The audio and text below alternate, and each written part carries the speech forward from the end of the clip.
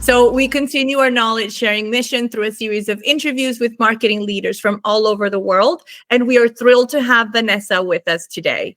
Thank you for having me. So my name is Vanessa Gentile, and I am the head of marketing Switzerland here at Salesforce. Welcome, Vanessa. Lovely to have you. So Vanessa, tell me a little bit more about you and your role at Salesforce. I'm the head of marketing at Salesforce Switzerland 4 years now, and where I lead the end-to-end marketing strategy across industry in the country. So my role sits at the intersection of brand, demand, and growth, translating business strategy into meaningful market impact. And beyond driving pipeline and growth, I'll also focus on having a customer-centric storytelling, positioning Salesforce not just as a technology leader, but as a trusted partner, ultimately helping companies transform how they work, how they sell, and serve through data and AI and innovation. Now, we are just starting the year, so it's the perfect time to ask this question. What is your main marketing focus at the moment? So my current focus is on value-driven marketing. So I'm moving away from noise and toward relevance. And for me, that means clear outcome-oriented messaging, strong alignment between our sales organization, HQ, and central, elevating through leadership around AI, digital transformation, customer experience. And also I discovered for myself of writing, and I love to write my own blogs and articles around those topics. And at the same time, I'm deeply investing in building a high-performing, human-centered marketing team that can adapt quickly and also in this, especially in this fast-changing market. I love that you are focusing on writing and creating content when everyone seems to be focusing more on AI and producing content through that. So well done. That's definitely an amazing thing to be doing. Yes, right that's now. true. Actually, I didn't thought about that, but that's true. Yeah. Yeah, you're going in the other direction, which is absolutely fantastic. Well done. How do you define success in marketing? So success in marketing is when impact is measurable and meaning at the same time. So of course, pipeline and revenue contribution and growth matters. But true success goes for me further than that. When customers understand why you matter, when teams are aligned and energized, when marketing earns a seat at the strategic table. So for me, success is when marketing becomes a growth engine and a trusted builder. What would you say, on the other hand, is the biggest challenge that marketers are facing today? So the biggest challenge is cutting through complexity, I think. Too many channels, too many data, too much tools, and not enough clarity. And this all the time, right? As we know, change is the only constant, and also here in marketing. So marketers are expected to be creative, to be analytical, strategic, and technical all in once. So the real challenge is staying focused on the customers while navigating constant change, AI disruption, and raising expectation for ROI. Amazing. Now, I love asking this question to you specifically because I know at Salesforce, you have one of the most iconic flagship events.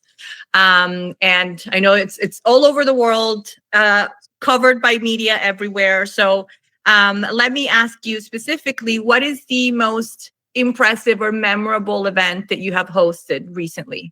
So you already spoiled the answer. So the most successful engagement I have led are those that combines obviously the business relevance with the authentic connection, especially in our well-known strategic events like World Tours, Dreamforce, and summits. So recently we had a big summit in Lausanne, and we are already working on our World Tour for June. So they work, I think, because they are not about selling per se. They are about listening, learning, and co-creating value. So when customers feel seen and understood, trust follows, I think. And trust drives long-term growth and success. Both sides, by the way, marketing side, so our company, but also on the customer side. No, and I absolutely agree on the importance of moving away from sales-focused events rather than being into more customer-centric events and more peer advisory and such. So, no, absolutely agree. And I think that's one of the reasons why Dreamforce has been so successful and your events have been so successful in general. Absolutely. Yeah, no, and we also agree at Ortus, and we try to do the same thing and try to be as successful. Obviously, not to the scale of Dreamforce, but in our own little world. On a separate note, what advice would you give to someone who is wanting to start a career in marketing? Stay curious, stay human, and don't rush the title. So marketing for me is not just about campaigns, as we already spoke about it. It's about understanding people. It's about understanding market and change. So learn the fundamentals, say yes to challenge because nothing happens in the comfort zone, and build resilience. And most importantly, find your voice early. I think authenticity will take you further than perfection. I love that. That is quite an iconic sentence. And which goes back to your you wanting to write more content rather than rely on AI and pre-made content. Yeah, because at the end, I mean, independently of AI or not, your name is behind those lines, right? So you have to put your sign or signature in everything you do. Yeah, no, absolutely. What would you say is the biggest opportunity that is available to marketing leaders, CMOs today that may not have been available in the past? So I think the biggest opportunity is the ability to shape company strategic through data and AI and customer insight. So today CMOs are no longer just brand guardians. They are growth architects, culture shaper, and transformational leaders with access to real data or real-time data and AI-powered insights. Marketing can directly influence products, sales, and customer experience like never before. And I think this is a huge advantage. Now, we're coming out of 2025, so the year has come to a close. How would you describe your marketing journey in 2025?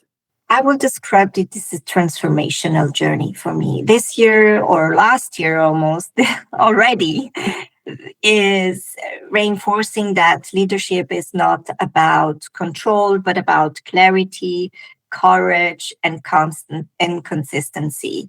You know, because we are talking about change, we are talking about new technology all the time.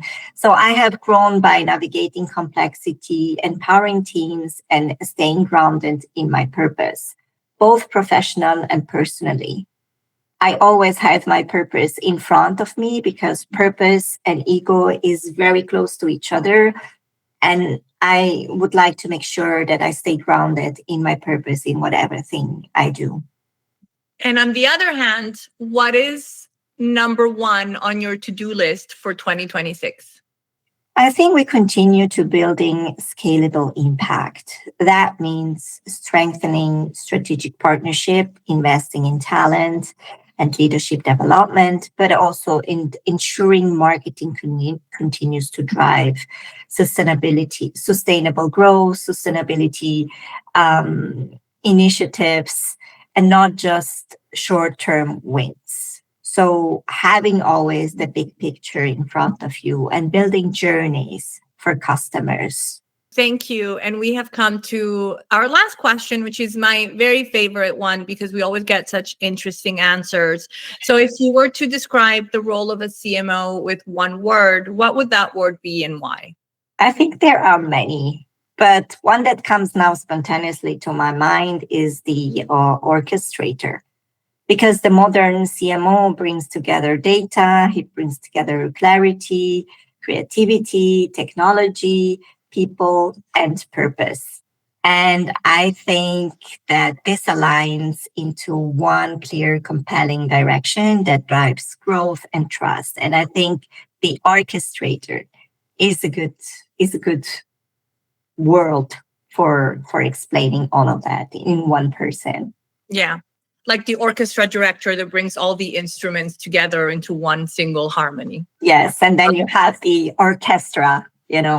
able to do amazing music and inspiring people. So I think that rely to what the marketer role is today.